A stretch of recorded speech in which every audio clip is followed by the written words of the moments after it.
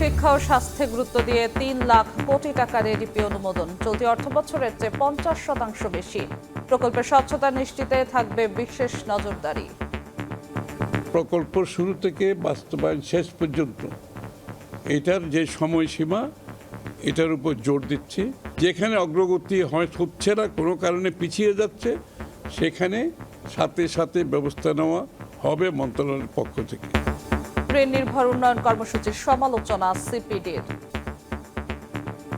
Annual development programme almost পুরাটাই হলো আমার ঋণের উপরে। তো এইটা তো একটা বিরাট ঝুঁকি কিন্তু আমাদের সৃষ্টি করছে। যে মূল্যস্ফীতিকে নিয়ন্ত্রণ করা, রুটি রুজি বাড়ানোর ক্ষেত্রে সেই বিষয়গুলো কিন্তু বৃহৎভাবে মনোযোগের ভিতরে আসছে না।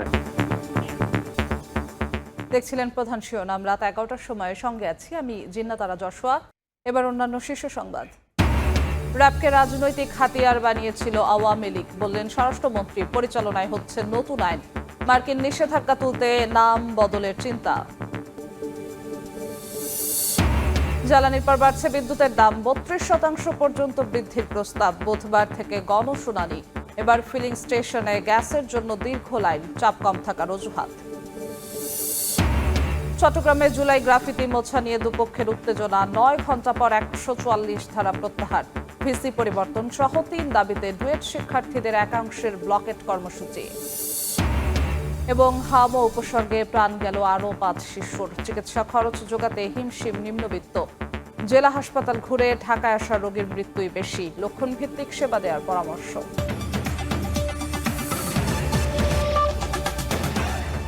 শিক্ষা, স্বাস্থ্য, যোগাযোগে গুরুত্ব দিয়ে ৩ লাখ কোটি টাকার বার্ষিক উন্নয়ন কর্মসূচি এডিপি অনুমোদন দিয়েছে সরকার। প্রকল্প ঋণ ধরা হয়েছে ১,১০,০০০ কোটি টাকা।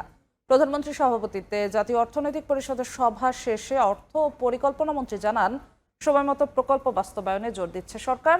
অনিয়ম পেলে নেওয়া হবে কঠোর ব্যবস্থা। বিগত সরকারের রেখে যাওয়া ভঙ্গুর অর্থনীতিকে সামলে নিতে আগামী অর্থবছরে উন্নয়ন বরাদ্দ বাড়াচ্ছে নতুন সরকার। চলতি অর্থবছরের সংশোধিত এডিপি থেকে প্রায় ১ লাখ কোটি টাকা বাড়িয়ে আগামী অর্থবছরে এডিপির আকার হচ্ছে ৩ লাখ কোটি টাকা।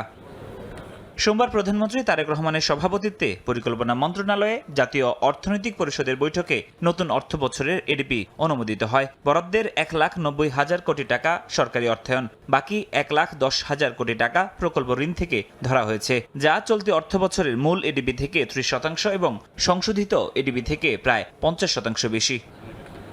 আগামী অর্থবছরে সরকারের প্রাধান্য তালিকার শীর্ষে জায়গা পেয়েছে পরিবহন ও যোগাযোগ খাত, এরপর স্বাস্থ্য ও শিক্ষা খাত। একই সঙ্গে সামাজিক উন্নয়ন সহায়তা খাতে ১৭,০০০ কোটি টাকার বিশেষ বরাদ্দ রাখা হয়েছে, যা দরিদ্র ও প্রান্তিক জনগোষ্ঠীর সুরক্ষায় গুরুত্বপূর্ণ ভূমিকা রাখবে। সভা শেষে ব্রিফিংয়ে অর্থ ও পরিকল্পনা মন্ত্রী জানান, বরাদ্দে এককভাবে শুধু অবকাঠামো নয়, রাষ্ট্রীয় সংস্কার, বৈষম্যহীন সমাজ গঠন, টেকসই অর্থনীতি এবং আঞ্চলিক ভারসাম্য প্রতিষ্ঠায় জোর দেওয়া হয়েছে। রাষ্ট্রীয় সংস্কার, বৈষম্যহীন সমাজ গঠন, টেকসই অর্থনীতি এবং আঞ্চলিক ভারসাম্য প্রতিষ্ঠার একটি সমন্বিত রূপরেখা তুলে ধরা হয়েছে।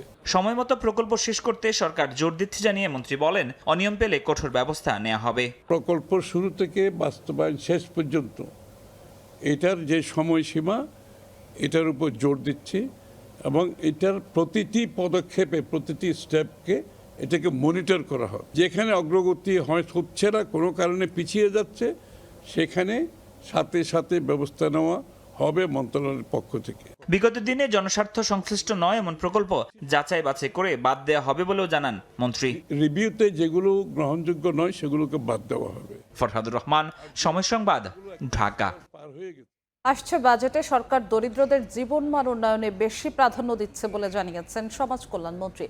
তবে ঋণ নির্ভর উন্নয়ন কর্মসূচির সমালোচনা করে গবেষকরা বলেন, অর্থনীতির স্থিতিশীলতা, মূল্যস্ফীতি কমানো, কর্মসংস্থান সৃষ্টি সহ মানুষের জন্য গুরুত্বপূর্ণ বিষয় বাজেট আলোচনায় আসছে না। আগামী ১১ জুন জাতীয় সংসদে প্রায় ৯,৩০,০০০ কোটি টাকার বাজেট দিতে যাচ্ছেন অর্থমন্ত্রী। নাগরিক প্ল্যাটফর্ম মনে করে, নতুন সরকারের বাজেট শুরু হচ্ছে উচ্চাকাঙ্ক্ষা দিয়ে। এবং আমার বাজেট নিয়ে রাজনৈতিক প্রতিশ্রুতি ও নাগরিক প্রত্যাশা বিষয়ক আলোচনায় গবেষকরা বলেন সরকার 6,95,000 কোটি টাকার রাজস্ব আহরণ লক্ষ্য নির্ধারণ করতে যাচ্ছে। এর মধ্যে 1,30,000 কোটি টাকায় হয়তো ঘাটতি থাকবে। উন্নয়নের ভিতরে যে ব্যয় সেটা আমরা করতে পারি না, কনসার্ন আছে এইটার ভেতরে থেকে, এবং আমরা সবচেয়ে বড় কথা কর জিডিপির হার খুবই কম, ফলে অর্থে সম্পদের সংস্থান নাই। 3 লাখ কোটি টাকার এডিপিরও সমালোচনা করেন গবেষকরা। বলেন সরকারের উন্নয়ন কর্মসূচি পুরোটাই ঋণ নির্ভর হচ্ছে, যা শঙ্কার। ফ্যামিলি কার্ড, ফার্মার্স কার্ড ইত্যাদি নিয়ে আলোচনা হচ্ছে, খাল খনন আলোচনা হচ্ছে। অর্থনৈতিক স্থিতিশীলতা রক্ষা করা এবং যার সবচেয়ে বড় প্রকাশ হলো যে মূল্যস্ফীতিকে নিয়ন্ত্রণ করা এবং মানুষের রুটি রুজি বাড়ানোর ক্ষেত্রে সেই বিষয়গুলো কিন্তু বৃহৎভাবে মনোযোগের ভিতরে আসছে না। রাজস্ব আয় ইজ ইকুয়াল টু রাজস্ব ব্যয়, এবং আমার অ্যানুয়াল ডেভেলপমেন্ট প্রোগ্রাম অলমোস্ট পুরাটাই হলো আমার ঋণের উপরে, হয় অভ্যন্তরীণ নয় বৈদেশিক, এবং এটার উপরে আমাদের যে সুদ আসল ক্রমান্বয়ে বাড়ছে। তো এইটা তো একটা বিরাট ঝুঁকি কিন্তু আমাদের সৃষ্টি করছে। সমাজ কল্যাণ মন্ত্রী জানান এবারের বাজেটে সরকার পিছিয়ে পড়া জনগোষ্ঠীকে বেশি অগ্রাধিকার দিচ্ছে। হত দরিদ্র, দরিদ্র, নিম্নবিত্ত আর মধ্যবিত্ত এবং উচ্চবিত্ত, এই গ্রুপ অফ পিপুলকে কিভাবে আরেকটু ভালো থাকার ব্যবস্থা করা যায়, তাদেরকে এডুকেশন দিয়ে, স্কিল দিয়ে এবং কিছু টুলস দিয়ে। সরকারি সংস্থাগুলো দক্ষতার সঙ্গে বরাদ্দের অর্থ কেন ব্যয় করতে পারবে না তা জবাবদিহির আওতায় আনার তাগিদ দেন আলোচকরা। এখন ইনফরমেশন জানিয়েছি। সাইফুল ইসলাম, সময় সংবাদ, ঢাকা। ঘাটতি সমন্বয়ে বছরে 2 বার বিদ্যুতের দাম বাড়াতে চায় পিডিবি। 1 জুন থেকেই নতুন দাম কার্যকরের আবেদন করেছে সংস্থাটি। এর মধ্যে গ্রাহক পর্যায়ে সর্বোচ্চ 32% পর্যন্ত গড় দাম বৃদ্ধির প্রস্তাব করেছে বিতরণ সংস্থাগুলো। বুধবার থেকে গণশুনানি করবে এনার্জি রেগুলেটরি কমিশন। ওমর ফারুকের ছবিতে ফারুক ভূঁইয়া রবিনের রিপোর্ট। জ্বালানি তেল, এলপি গ্যাসের দামে বড় উল্লম্ফনের পর এবার শুরু বিদ্যুতের দাম বাড়ানোর প্রক্রিয়া। চলতি অর্থবছরে 62,000 কোটি টাকার ঘাটতির কথা জানিয়ে বিদ্যুতের পাইকারি দর 21% বাড়ানোর প্রস্তাব পিডিবির, যা জুন থেকেই কার্যকর চায় সংস্থাটি। শুধু তাই নয়, সমন্বয়ের নামে বছরে 2 বার বিদ্যুতের দাম বাড়ানোর এখতিয়ার চাইছে সরকারি এ প্রতিষ্ঠানটি। এখন যা অবস্থা, ডলার রেট যেটা বাড়ছে, তারপরে বিভিন্নভাবে তেলের দাম বাড়ছে, কয়লার দাম বাড়ছে, এখন কি এর কোনো অল্টারনেটিভ আছে আমাদের হাতে? এদিকে গ্রাহক পর্যায়ে বিদ্যুতের গড় দাম সর্বোচ্চ 32% পর্যন্ত বাড়ানোর প্রস্তাব দিয়েছে বিতরণ সংস্থাগুলো। একই সঙ্গে পাইকারি পর্যায়ে যে দাম বাড়ানো হবে সেটিও এর সঙ্গে যুক্ত করার আবেদন করা হয়েছে। পাশাপাশি ডিমান্ড চার্জ সহ বিভিন্ন ফি বাড়ানোর প্রস্তাবও দিয়েছে বিতরণ প্রতিষ্ঠানগুলো। আর তাতে যাপিত জীবনে নতুন করে খরচ কাটছাটের শঙ্কায় সাধারণ মানুষ। এমনি তো সব জিনিসের দাম বেশি, এর মধ্যে যদি আবার বিদ্যুতের দাম বেড়ে যায় সেটা ভালো হবে না। আমাদের আয় ইনকাম বাড়ে নাই, সো এইটা মরার উপর খাড়ার ঘা। বিশেষজ্ঞরা বলছেন বিদ্যুৎ শুধু বিলাসিতা নয়, মানুষের অধিকার। তাই সাধারণ মানুষকে চাপে না ফেলে বিদ্যুৎ খাতের অযৌক্তিক ব্যয় ও অপচয় রোধ করে ঘাটতি সমন্বয়ের পরামর্শ তাদের। আমাদের অনেক লিকেজ হয়, সিস্টেম লস হয়, ইত্যাদি হয়, এগুলোও আমাদের কমাতে হবে। প্রাতিষ্ঠানিক সক্ষমতা বৃদ্ধি করতে হবে। এগুলো তো সবকিছু ভোক্তা আর উৎপাদকের উপরে, তো এটা তো চাপিয়ে দিলে তো চলবে না। বিদ্যুতের দাম বাড়ানোর আবেদনের উপর বুধ ও বৃহস্পতিবার গণশুনানি করবে Bangladesh energy regulatory commission, BERC. Faruk Bhuiyan Robin, Somoy Sangbad, Dhaka. Eid লাগছে মনে? বিকাশ পেমেন্ট সবখানে। দেশ জুড়ে বিকাশ পেমেন্টে পাচ্ছেন 8,000 টাকার বেশি অফার। পুলিশের এলিট ফোর্স হিসেবে র্যাব পরিচালনার জন্য নতুন আইন হচ্ছে, যেখানে থাকবে স্বচ্ছতা ও জবাবদিহি। রাজধানীর কুর্মিটোলায় র্যাব সদর দফতরে বাহিনীর 22তম প্রতিষ্ঠাবার্ষিকীর অনুষ্ঠানে একথা বলেন স্বরাষ্ট্রমন্ত্রী সালাউদ্দিন আহমদ। বলেন, আগামী দিনগুলোতে মানবাধিকার সমুন্নত রেখে কাজ করবে র্যাব। পুলিশের এলিট ফোর্স র্যাবের 22তম প্রতিষ্ঠাবার্ষিকী উপলক্ষে প্রতিষ্ঠানটির সদর দফতরে উপস্থিত স্বরাষ্ট্রমন্ত্রী সালাউদ্দিন আহমদ।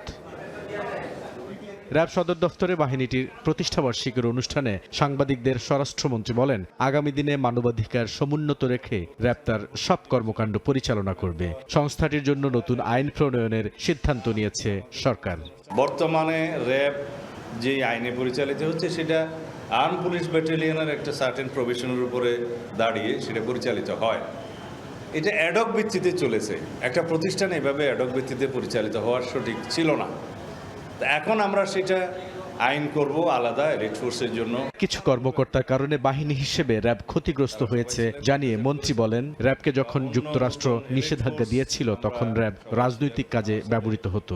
আমেরিকা যে সময় র্যাবের উপরে স্যাংশন দিয়েছিল সেই সময় র্যাব এমন কিছু কর্মকাণ্ডে জড়িত ছিল রাজনৈতিক হাতিয়ার হিসেবে ব্যবহৃত হয়েছিল। শেখ হাসিনা তার রাজনৈতিক হাতিয়ার হিসেবে এইভাবে অনেক প্রতিষ্ঠানকে ব্যবহার করেছে। নতুন আইনে র্যাবের নাম ভিন্ন হবে কিনা সরকার তা বিবেচনা করছে বলেও জানান স্বরাষ্ট্রমন্ত্রী।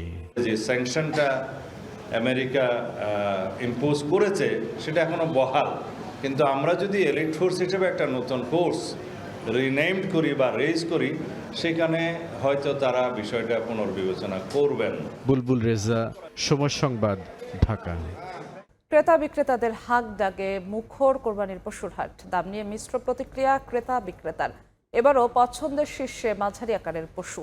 1.5 লাখ থেকে 3 লাখ টাকায় বিক্রি হচ্ছে মাঝারি গরু। বড় ছোট গরুর চাহিদা তুলনামূলক কম।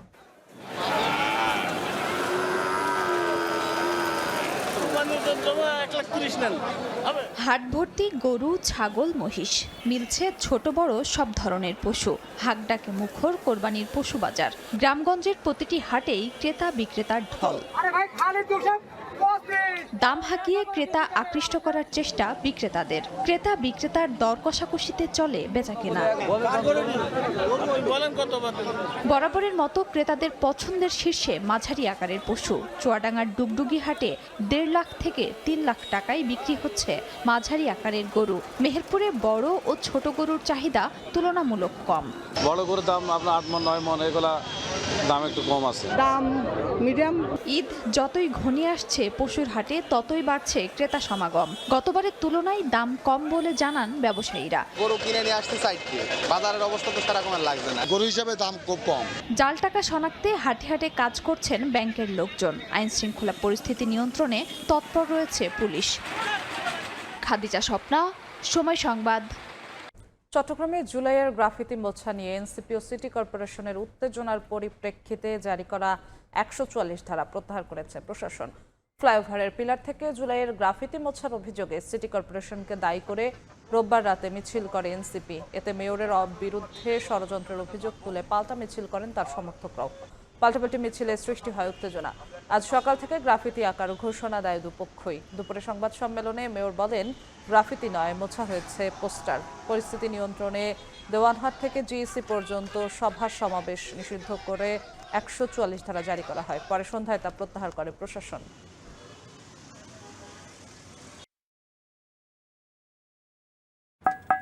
ঈদ লাগছে মনে? বিকাশ পেমেন্ট সবখানে। দেশ জুড়ে বিকাশ পেমেন্টে পাচ্ছেন 8,000 টাকার বেশি অফার। উপাচার্য পরিবর্তন সহ 3 দফা দাবিতে গাজীপুরের ডুয়েটে শিক্ষার্থীদের একাংশের ব্লকেট কর্মসূচি চলছে। মূল ফটকে তালা ঝুলিয়ে দিয়েছেন আন্দোলনকারীরা। সকাল থেকে আবার উত্তপ্ত ডুয়েট ক্যাম্পাস। সবগুলো ফটক বন্ধ করে অবস্থান নেন শিক্ষার্থীদের একাংশ। তালা ঝুলছে বিশ্ববিদ্যালয়ের প্রধান ফটকে। চেয়ার টেবিল ফেলে তৈরি করা হয়েছে ব্যারিকেড। আন্দোলনরত শিক্ষার্থীরা জানান, ডুয়েট একটি বিশেষায়িত প্রকৌশল বিশ্ববিদ্যালয়। বিশ্ববিদ্যালয়ের শিক্ষকদের মধ্য থেকে এই উপাচার্য নিয়োগ সহ 3 দফা দাবি তাদের। যে কোনো অপ্রীতিকর ঘটনা মোকাবেলায় গেটের বাইরে অবস্থান নিয়েছে বিপুল সংখ্যক পুলিশ। হামা উপসর্গ নিয়ে একদিনে প্রাণ গেল আরও 5 শিশুর। হাসপাতালে নতুন করে ভর্তি প্রায় 1500। চিকিৎসার খরচ জোগাতে হিমশিম অবস্থা নিম্নবিত্ত পরিবারের। বড় একটি অংশ চলে যাচ্ছে চিকিৎসা শুরুর আগেই। চিকিৎসকরা বলছেন, বিভিন্ন হাসপাতাল ঘুরে জটিল অবস্থায় আসা রোগী মৃত্যুই বেশি হচ্ছে। 11 মাস বয়সী মরিয়ম 14 দিন নিউমোনিয়ায় ভর্তি থাকার পর এবার হামের গ্রাসে ভর্তি আবার 5 দিন। এর মধ্যেই সর্বস্ব শেষ দাদি সকিনা বেগমের। ভাড়ার অভাবে যেতে পারছেন না বাড়ি। আমার একটা শেষ সম্বল একটু জিনিস ছিল স্বর্ণের, ওইটা আমি বিক্রি করে আমি আমার নাতিনটারে চিকিৎসা করাইছি। হাসপাতালে ভর্তি অধিকাংশ রোগীদেরই গল্পই এমন। চিকিৎসা খরচ জোগাতেই হিমশিম অবস্থা নিম্নবিত্তের। এর মধ্যে বাড়তি চাপ এক হাসপাতাল থেকে অন্য হাসপাতালে রেফার করায়। স্বজনদের অভিযোগ, কোনো কোনো হাসপাতাল থেকে গুরুতর বললেও অন্য হাসপাতালে গিয়ে দেখা যায় শিশুর অবস্থা স্বাভাবিক। এখানে আসার পর ডাক্তার করে চেক আপ করছে, বলছে যে আল্লাহর রহমতে সুস্থ আছে। শিশু হাসপাতালে গেলাম, আবার সোহরাদি থেকে আবার আসলাম এই যে ডিএনসিসি মাঝে। চিকিৎসকরা বলছেন বিভিন্ন হাসপাতাল ঘুরে জটিল অবস্থায় চিকিৎসা নিতে আসা রোগীদেরই মৃত্যু হচ্ছে বেশি। ঢাকার বাইরে থেকে আমাদের কাছে আসছে না, তাদের বেশিরভাগই দেখাচ্ছে বেশ অনেকে আছে বেশ ক্রিটিক্যাল অবস্থা আমাদের কাছে আসছে, তাদের রেসপন্স করছে দেরিতে এবং তাদের মধ্যে মৃত্যু কিন্তু বেশি হচ্ছে। বেশিরভাগ বাচ্চাই দেখা যাচ্ছে ভর্তি হওয়ার কয়েক ঘন্টা থেকে শুরু করে একদিনের মধ্যে মারা যাচ্ছে। চিকিৎসকরা জানান যে শিশুরা পুষ্টিহীনতায় ভুগছে তাদেরকে দ্রুতই আইসিইউতে নেয়ার দরকার হচ্ছে। মনির হোসাইন, সময় সংবাদ, ঢাকা। ইরানের জন্য সময় দ্রুত ফুরিয়ে আসছে বলে হুঁশিয়ারি দিয়েছেন মার্কিন প্রেসিডেন্ট ডোনাল্ড ট্রাম্প। সেই সঙ্গে চুক্তির বিষয়েও তাগাদা দিয়েছেন তিনি। যুদ্ধবন্ধে ইরানের প্রস্তাবে রাজি হয়নি যুক্তরাষ্ট্র, উল্টো ইউরেনিয়াম হস্তান্তর, পারমাণবিক স্থাপনা সীমিত করা সহ 5টি শর্ত জুড়ে দিয়েছে ওয়াশিংটন। এদিকে ইরান যুক্তরাষ্ট্র যুদ্ধবিরতির ভঙ্গুর পরিস্থিতির মধ্যেই সংযুক্ত আরব আমিরাতের একটি পারমাণবিক বিদ্যুৎ কেন্দ্রে ড্রোন হামলা হয়েছে। ভারতের পশ্চিমবঙ্গে ইমাম, মুয়াজ্জিন ও পুরোহিতদের ভাতা বন্ধের সিদ্ধান্ত নিয়েছে শুভেন্দু অধিকারীর নেতৃত্বাধীন বিজেপি সরকার। সোমবার রাজ্য সরকারের মন্ত্রিসভার প্রথম বৈঠকে এই সিদ্ধান্ত নেওয়া হয়। সাবেক মুখ্যমন্ত্রী মমতা ব্যানার্জি 2012 সালে প্রথমে ইমামদের জন্য মাসিক 2500 রুপি ভাতা চালু করেন। এরপর মুয়াজ্জিনদের জন্য একই ব্যবস্থা করা হয়। এসব ভাতা দেওয়া হতো রাজ্যের সংখ্যালঘু ওয়েলফেয়ার বিভাগ থেকে। এরপর 2020 সালে পুরোহিতদের জন্য মাসিক ভাতা চালু করা হয়। সুবিধাভোগীরা মাসে 1000 রুপি করে পেতেন। সবশেষ বিধানসভার নির্বাচনের আগে এটি 2000 রুপি করা হয়। তবে পশ্চিমবঙ্গে বিজেপি সরকার ক্ষমতা গ্রহণের পরপরই এই সুবিধা বাতিল করল।